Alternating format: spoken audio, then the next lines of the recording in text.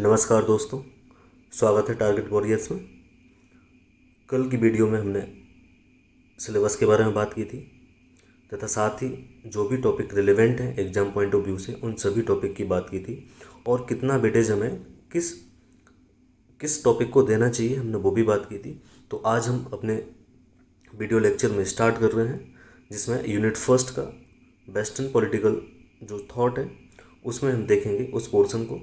तो उसमें classical political thought जिसमें सुक्रेटिस, प्लेटो और अरिस्टोटल को देखना है। इसके बाद मिडेवल पॉलिटिकल थॉट जिसमें अगस्टाइन, थॉमस एक्विनास को देखना है। तथा थर्ड जो मॉडर्न पॉलिटिकल थॉट्स है उसमें मैकियावेली, हॉब्स, लॉक और रूसो तथा इन सभी फिलोसोफर को देखना है। तो हम स्टार्ट कर रहे हैं क्लासिकल पॉलिटिकल थॉट जिसमें हम ग्रीक एज की बात करेंगे। तो जहाँ पे सोक्रेटिस, प्लेटो और अरिस्टोटल के जो आइडिया हैं, जो थॉट हैं, जो फिलॉसफी है, इसको समझना है। तो सोक्रेटिस की फिलॉसफी को स्टार्ट करने से पहले हम उस टाइम का हिस्टोरिकल बैकग्राउंड देखेंगे, ग्रीक एज को समझेंगे।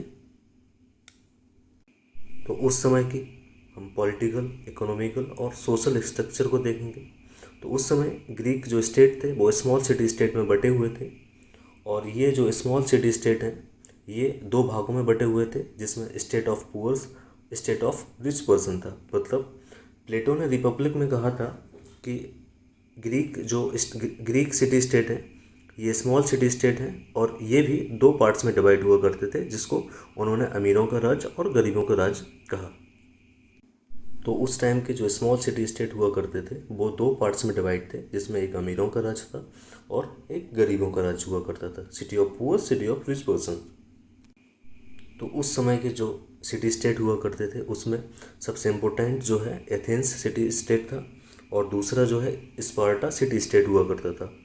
इन दोनों स्टेट के बीच में एक वॉर हुआ था जो कि बड़ा फेमस वॉर है, पेलोपोनेशियन वॉर।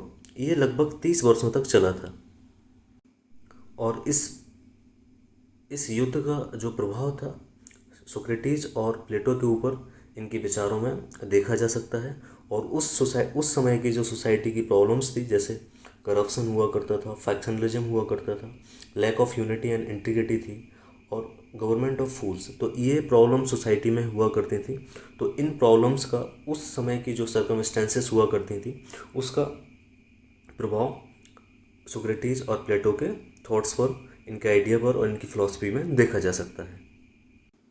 दोस्तों एक बार फिर से देखें कि हिस्टोरिकल बैकग्राउंड क्या था। उस टाइम पे जो ग्रीक एज था वहाँ पे छोटे छोटे स्मॉल सिटी स्टेट हुआ करते थे। स्मॉल सिटी स्टेट दो भागों में बटे हुए थे जिसमें एक अमीरों का राज था और गरीबों का राज। उस समय जो सिटी स्टेट हुआ करते थे उनकी पॉलिटिकल और इकोनॉमिकल, सोशल स्ट्रक्चर अलग अलग हुआ करती थी और सोसाइटी में प्रॉब्लम्स हुआ करती थी। करप्शन बहुत अधिक था उस टाइम पे, फैक्शनलिज्म था, यूनिटी इंटीग्रिटी की कमी थी लोगों में, जिसमें इंडिविजुअल इंटरेस्ट को आगे रखा जाता था कम्युनिटी इंटरेस्ट से। तो स्पार्टा और एथेंस ये दो इम्पोर्टेंट सिटी स्टेट हुआ करते थे। इन दोनों के बीच में पेलोपोनेशियन वॉर हुआ और लगभग ये 30 वर्ष तक चलता रहा। तो इस युद्ध का प्रभाव सोक्रेटिस और प्लेटो के विचारों में देखा जा सकता है। तो दोस्तों सोक्रेटिस का जो वर्थ है 469 में हुआ था और ये एथेंस के उस समय गोल्डन एज चल रहा था। उस समय ये बड़े हुए क्योंकि वहाँ डेमोक्रेटिक जो पॉलिटिकल स्ट्रक्चर है वो स्टार्ट हो रही थी, डेवलपमेंट हो रहा था वहाँ पे। तो उस टाइम पे इनका जन्म होता है और सोक्रेटिस को वेस्टर्न फिलॉसफी का फाउंडर भी कहा जाता है। इन्होंने अपने जितनी भी इनकी टीचिंग्स थी, इन्होंने अपनी टीचिंग्स को किसी मतलब लिखा नहीं है। इनकी टीचिंग्स, इनके दो स्टूडेंट थे प्लेटो और जेनोफोन, इन्होंने अपनी अलग अलग डिफरेंट टाइम पे बुक्स में इनकी जितनी भी टीचिंग्स थी उनको लिखा है।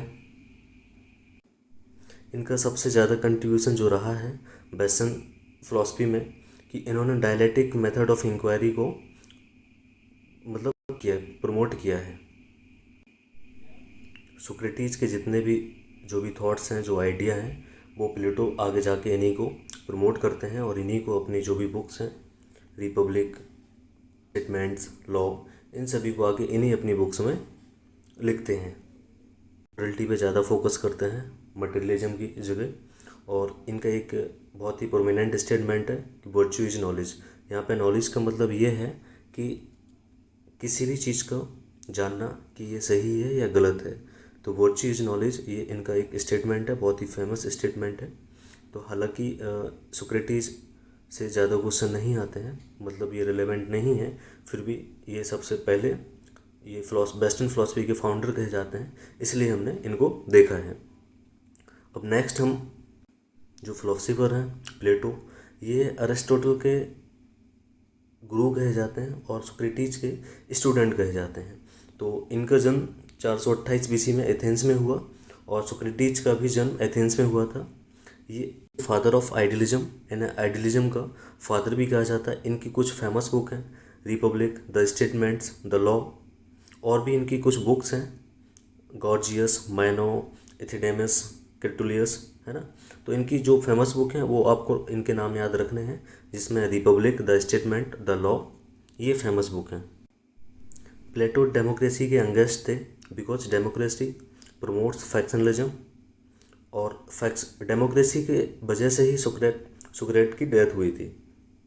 तो he favours monarchy, he gave the idea of philosopher king, that is only philosopher should be a king and must have absolute power because only philosopher know the idea of good and this he can create a good society. Plato ने democracy को oppose किया है क्योंकि ये factionalism को promote करता था, और डेमोक्रेसी की ही वजह से इनके जो गुरु थे सोक्रेटिस, इनकी डेथ हुई थी। तो ये फेवर करते थे मोनार्की का, राजतंत्र का फेवर करते थे। और इन्होंने जो आइडिया दिया है फिलोसोफर किंग का, और कहा है कि फिलोसोफर किंग ही शासन को चला सकता है, क्योंकि गुड का पता है कि शुभ का विचार पता है ना। इसलिए एक फिलोसोफर जो किंग है उसी को शासन पद्धति को चलाना चाहिए। प्लेटो ने आइडियल स्टेट का भी विचार दिया है, जिसमें उन्होंने ना तो कॉन्स्टिट्यूशन की बात की है, ना ही इनके आइडियल स्टेट में पनिशमेंट की बात है, और ना ही लॉ की बात करते हैं। ये प्लेटो का कहना है कि जो स्टेट हुआ, स्टेट का मेन फंक्शन है एजुकेशन को प्रोवाइड करना, और एजुकेशन का मतलब है कि एजुकेशन, मोरल एजुकेशन दी जाएगी, और मोरल एजुकेशन में इसमें रिलीजियस एजुकेशन शामिल नहीं होगी। प्लेटो ने कहा है कि जो भी फिलोसोफर किंग होगा या जो रूलर होंगे, उनकी ना तो प्राइवेट प्रॉपर्टी होगी, ना ही उनका प्राइवेट फैमिली होगी, क्योंकि सारा स्टेट ही उनकी फैमिली होगी। इससे सोसाइटी में जो भी प्रॉब्लम्स थी, जैसे गुटबंदी, फैक्शनलिज्म, करप्शन, तो इससे ये समस्याएं, ये जो प्रॉब्लम्स थी, ये अपने आप ख़त्म हो जाएंगी, फिनिश हो जाएंगी। तो दोस्तों एक बार फिर से बता दें कि प्लेटो ने आइडियल स्टेट का विचार दिया है, जिसमें उन्होंने विधि और दंड की कोई बात नहीं की, मतलब इनके आइडियल स्टेट में लॉ और पनिशमेंट की कोई जगह नहीं थी। इन्होंने बताया कि आइडियल स्टेट का जो मेन फंक्शन है, जो बेसिक फंक्शन है, वो है एजुकेशन को प्रोवाइड करना, और ये एजुकेशन मोरल एजुकेशन होगी, ना कि रिलीजियस एजुकेशन। इस एजुकेशन से वो जान सकेगा आइडिया ऑफ गुड, वर्च्यूज, है ना, इन सभी को। प्लेटो गेव थ्योरी ऑफ थ्री, जिसमें उन्होंने बताया कि सोसाइटी में रूलर्स क्लास होगा, सोल्जर्स क्लास होंगे, और आर्टिसियंस होंगे, जिससे व्यापारी वर्ग कहा जा रहा। तो जो रूलर्स होंगे उनमें रेशनलिटी होगी, रीजन होगा, और वो शासन करेंगे। और जिनमें ऐसे लोग जिनमें करेज का क्वालिटी होगी, वर्च्यू होगा, वो सोल्जर्स बनेंगे और सोसाइटी के सिक्योर करेंगे। और जो तीसरा है जिसमें एपेटाइट कहा या टेम्परेनेंस, वो व्यापार करेंगे। तो ऐसे में तो प्लेटो ने बताया कि किसी भी व्यक्ति की आत्मा में ये तीन क्वालिटीज़ होती हैं, रीजन, करेज और एपेटाइट। इन तीन क्वालिटी में, इन तीन वर्च्यूज़ में किसी एक का प्रोमिनेंट होता है। तो यदि किसी में रीजन प्रोमिनेंट है तो वो रूलर बनने के लायक है, अगर किसी में करेज है तो वो सोल्जर बनने लायक है, और तीसरा एपेटाइट हुआ अगर, तो वो प्रोड्यूसर क्लास में जाएगा। तो प्लेटो ने सोल के तीन प्रकार की क्वालिटीज़ को डिफाइन किया है, जिसमें रीजन, करेज और एपेटाइट है। एपेटाइट जिसमें ज़्यादा होगा वो प्रोड्यूसर क्लास में जाएगा, जिसमें करेज ज़्यादा होगा वो सोल्जर्स में जाएगा, और जो रीजन जिसमें ज़्यादा होगा वो रूलर बनेगा या फिर फिलोसोफर किंग बनेगा। फिलोसोफर किंग बनने के लिए फ़िलासफ़ी पढ़ना या मेटाफिजिक्स पढ़ना इसेंशियल था, अनिवार्य था।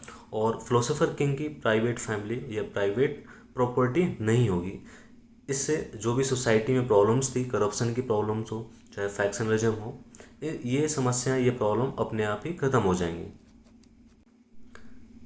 जो बताया है अपनी रिपब्लिक में, रिपब्लिक इनकी बुक है, तो इसमें इन्होंने जस्टिस को फोर्थ वर्च्यू बताया है आइडियल स्टेट का। Justice means doing one's job without interfering with other people. मतलब जो जिसको काम सौंपा गया है, जो जिसकी ड्यूटी है वो अपना काम करे, वही जस्टिस है। तो इन्होंने जस्टिस की बहुत ही संकीर्ण को लिया है, जिसमें कहा justice is the four virtue of ideal state. Justice means doing one's job without interfering with other people. और इसके पहले जो तीन वर्च्यू थे उसमें पहला है रीजन, दूसरा करेज और तीसरा एपेटाइट है।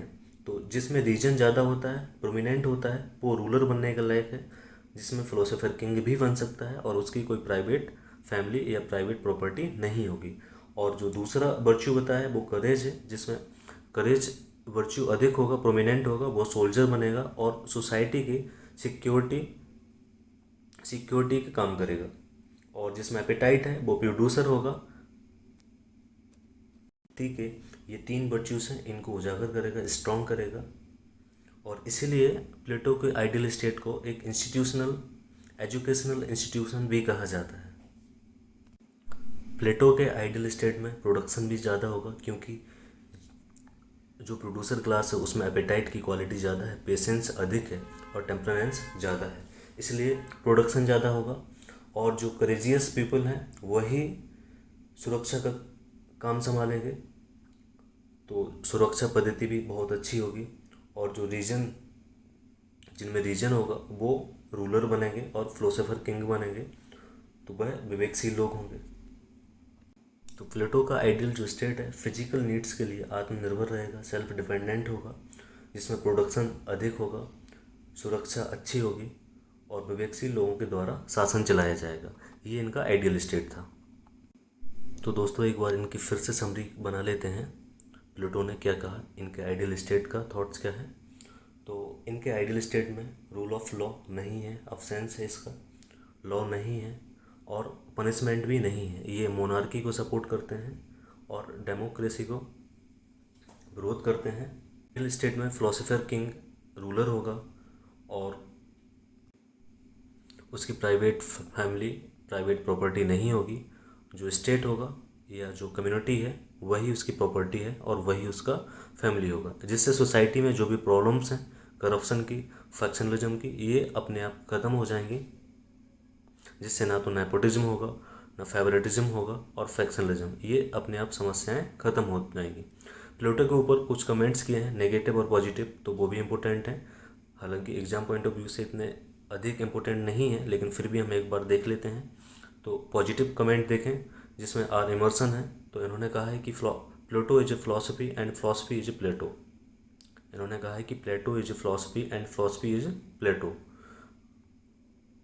रूटेटाइज on the education to be ever written. मतलब शिक्षा पर, रिपब्लिक जो बुक है प्लेटो की, वो शिक्षा पर लिखी हुई अभी तक सबसे महान ग्रंथ कहा रूसों ने। और हम नेगेटिव कमेंट्स देखें तो क्रॉसमैन, कार्ल पॉपर, इन्होंने नेगेटिव कमेंट किए हैं। क्रॉसमैन कहते हैं कि Plato was wrong for his time and a worst time भी। Plato was cynical, reactionary, inhuman and highly imaginative person. और जो सेकेंड नेगेटिव कमेंट करने वाले हैं, जिसमें कार्ल पॉपर है, इनकी बुक है the open society and its enemy. इसमें इन्होंने प्लेटो को सोसाइटी का एनेमी कहा, शत्रु कहा है। और इसके साथ ही इन्होंने अपनी इस open society and its enemy Hegel और मार्क्स को भी सोसाइटी का शत्रु कहा। कार्ल पॉपर चूँकि लिबरलिज्म को सपोर्ट करते थे, जिसमें liberty, reason, rule of law, constitutionalism की बात होती थी, इसलिए इन्होंने प्लेटो को और हीगल को, मार्क्स को अपनी book open society and its enemy में एनेमी कहा इनको। और इसके साथ ही उन्होंने कहा है as anti individualist, anti humanist and anti democratic, having the aim of arresting all social change. तो दोस्तों इसमें हमें सिर्फ कुछ ही बुक्स के नाम याद रखने हैं और इनके जो आइडियल स्टेट का विचार है उसको याद रखना है, और फिलोसोफर किंग का जो इनका विचार है उसको याद रखना है, और जस्टिस को इन्होंने फोर्थ वर्च्यू कहा है ना, बस। और इसके बाद फिर हम नेक्स्ट देखते हैं अरिस्टोटल को। अरिस्टोटल, और ये प्लेटो के शिष्य कहे जाते हैं। He is known as a father of political science. Aristotle को फादर ऑफ पॉलिटिकल साइंस भी कहा जाता है। He is also known as a father of comparative politics because he compared 158 constitution his time. Aristotle ने 158 देशों के संविधान की तुलनात्मक अध्ययन किया, इसलिए इन्हें कंपेरेटिव पॉलिटिक्स के फादर भी कहा जाता है।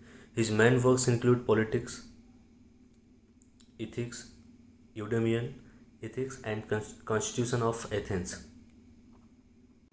His main works include politics, the Nicomachean ethics, the Eudemian ethics, and the constitution of Athens. He criticized Plato for his idea and said Plato was a friend but truth was a greater friend. Aristotle ने Pluto के ideal state के जो विचार को, idea को criticise किया है, और उन्होंने कहा है कि Pluto was a friend but truth was a greater friend. His ideas on state: first, state is the highest form of political association. जो राज्य है पॉलिटिकल एसोसिएशन का सबसे बड़ा फॉर्म है। State is necessary for fulfilling all needs of humans and one who does not feel it's need it's either an angle और waste. तो इन्होंने राज्य के विचार को बहुत आवश्यक माना है, और ह्यूमंस की जो भी नीड्स हैं उसको पूरा करने के लिए राज्य अनिवार्य है, इनएविटेबल है, नेसेसरी है। State evolve naturally order of formation of state, family, village, state.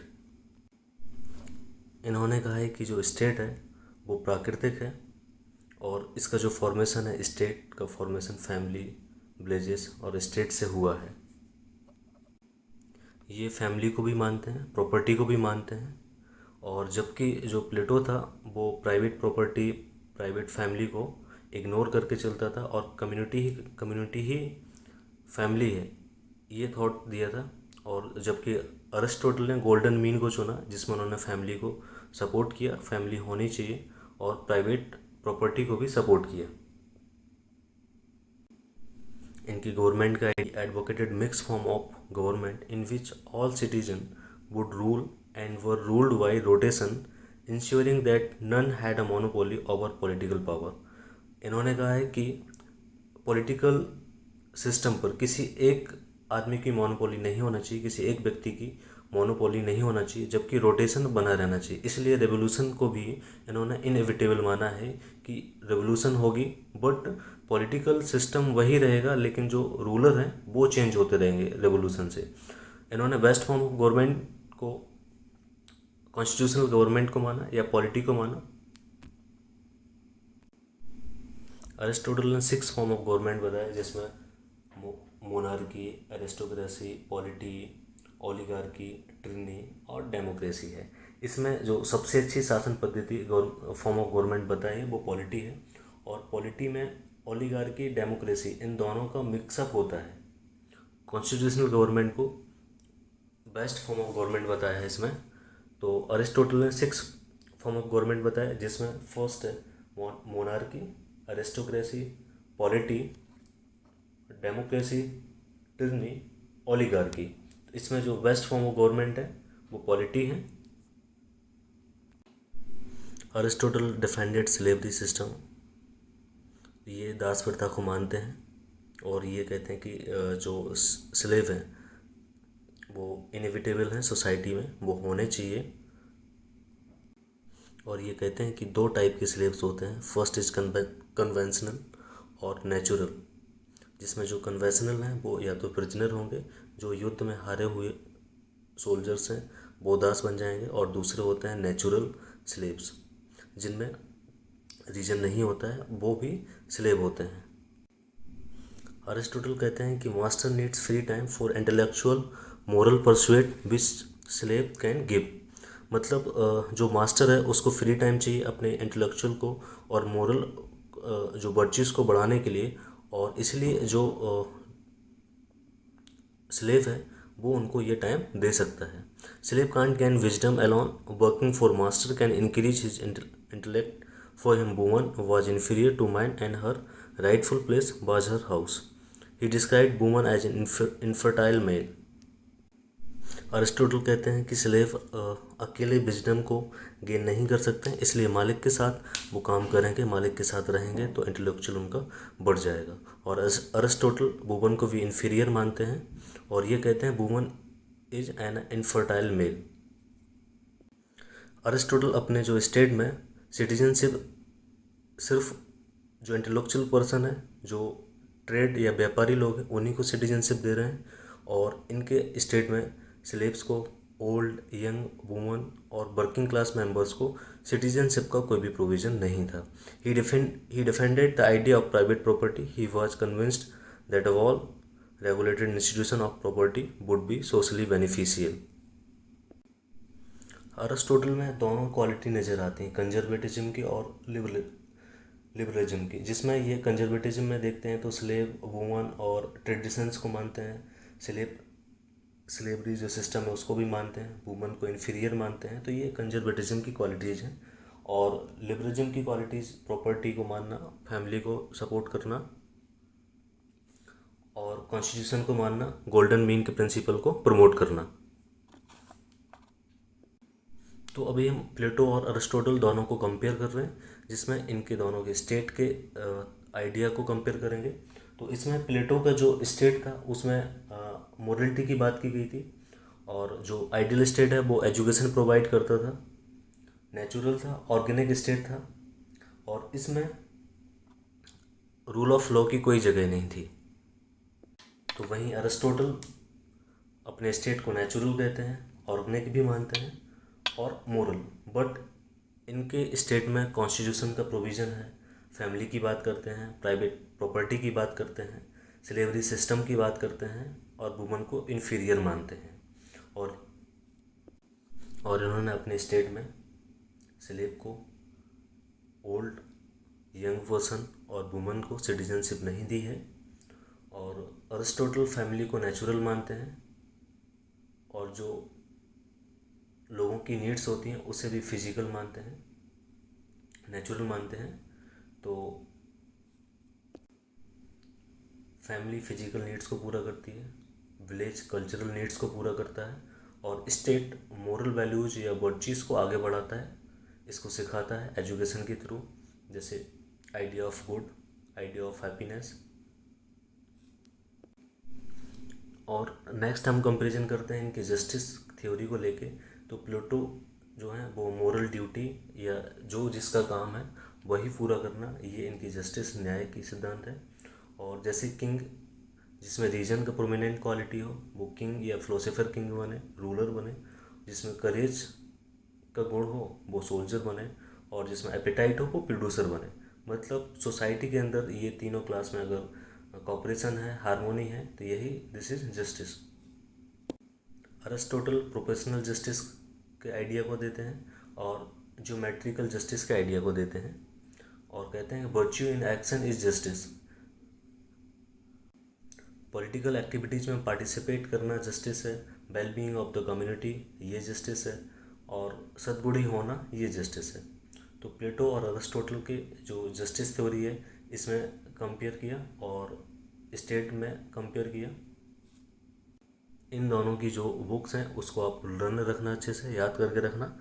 और इनकी कभी कभी डायरेक्ट एग्जाम में किताब को पूछ लिया जाता है कि द स्टेटमेंट्स या द लॉ किसकी बुक है, और कुछ आइडिया पूछ लिया जाता है कि अरिस्टोटल का जो स्टेट है उसमें कॉन्स्टिट्यूशन को माना गया है या नहीं माना गया है।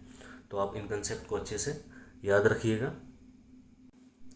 तो अभी सोक्रेटिस, प्लेटो और अरिस्टोटल हमने तीनों को देखा एक साथ। अब ग्रीक युग के जो भी कैरेक्टरिस्टिक हैं हम उसको एक साथ देखेंगे,